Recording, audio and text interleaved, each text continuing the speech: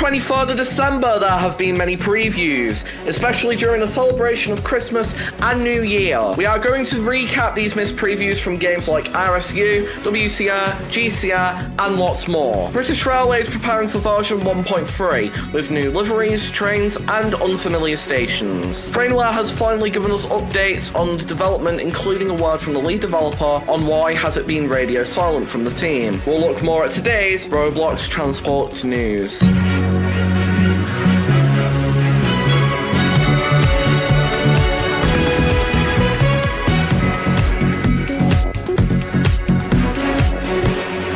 Hello, I am Dull from Dull on YouTube, reporting on today's Roblox Transport news. First up, RSU worked on their new controller 2.0 heads-up display. It's more friendly and some extra controls included that weren't in the original HUD. It is now live in their game.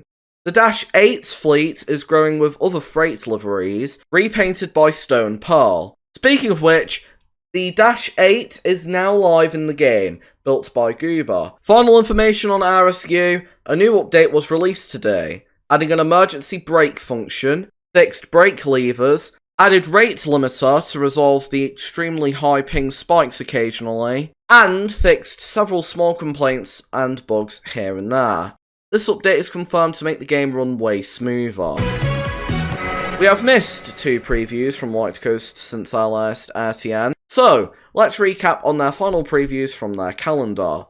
Door 22 shows a picture of a night service, Door 23 shows an empty depot, and Door 24 is the trailer for WCR version 1.1. Showing areas we have never seen better with coastal towns, including their stations, ports, and new names like Redborough and Oakwich-on-Sea. Finishing the trailer off with a release date, revealing the update will come out in early 2024. Also today we got our first WCR sneak peek of the year, which shows the cab of what seems to be a Class 165/166 train, with New Year, New Style written at the bottom of the sneak peek, coming into version 1.1.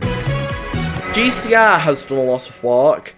First, the Class 700 is forming quickly, with couplers imported. Some progress on the cab and the interior with their first class seats being placed. Apart from the 700, there's also a Class 70 facelift and overhaul, looking nicer than ever. Time Lord is working on the Class 91, with the locomotive itself and the coaches. Some map work is going on from him too, including the bread face, and even some sort of a rapid extension. With a lock and on quote, GCR's cheapest estate, finally to finish a station construction on Boltstone was completed on the 31st of December 2023 at exactly 23:59:59. The dev team of construction work celebrated with a plaque on a platform containing a Class 466 going to Leafminster. It's great to see a lot of progress done on Grand Continental Railways.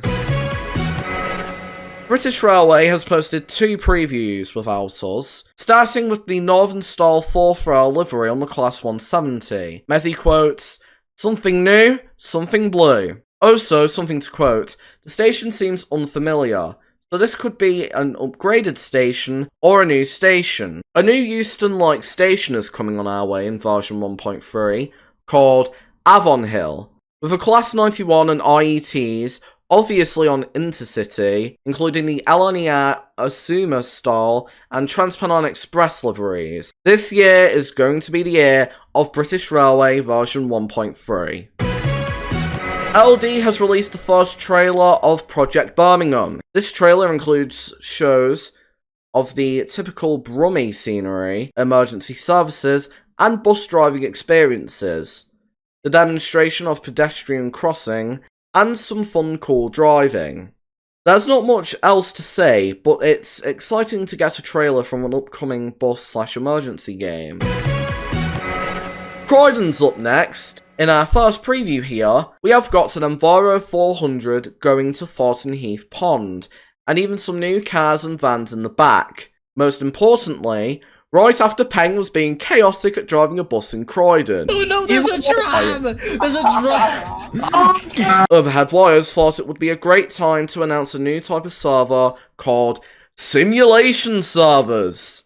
These servers are for those who want to get a realistic driving experience, following speed limits, traffic lights, laws, etc. You will get banned if you drive like Peng on these sorts of servers, so this is only accessible through Grinding Plus. Money, money, money! Ever since we launched RTN, Trainware was on our list to mention in our headlines, even featured in our intro. However, if you watched the previous RTNs, you would have noticed there weren't even any. That's because there have been no development updates ever since February 2023, until now. On the 29th of December, Builder at Work addressed the inactivity, which was mainly due to his life and work. And he apologised for it. However, it doesn't matter anymore, since he promised that Gameware Studios will resume working on this project again in early 2024. He finishes with a Happy New Year, and even some assets to show, with the ICM itself, the main menu GUI, and signalling models. Expect more from Trainware later this year. Dulldale has given us a small sneak peek at a model they have been working on, which is a block instrument. The block instruments give both signalmen a continuous indication of the state of the block section. Known for its unique signalling system, Dulldale would need to have this. There's more to show since there's now VR support, so you can drive a train in driving experience. There's also rural scenery work done, and new realistic lever frames. That's all done on Dovedale Railway. Leaving SCR for last, we have missed a sneak peek every SCR fanboy has already seen.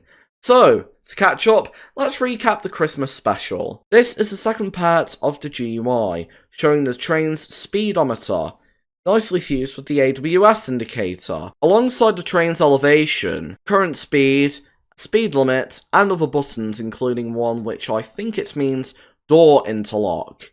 The pantograph button is still there, the throttle systems are separate now, with now throttle and brake being different from each other. Finally, we have a confirmation the next major update is version 2.0.0, which also confirms this part of the HUD is going to be on the bottom right of the screen. 2.0.0 better be the best update mankind has ever seen, with such a long wait on a major update already. Still sticking this topic with SCR, signaler applications are now closed, with Peng just making it, and more than ready to fail for the 6th time. Also, there is lead driver application feedback now available on SCR Assistance. That sums it up for tonight's RTN. Thanks for watching this RTN here on the Pengtastic channel. And remember, it's Dull, not Dell!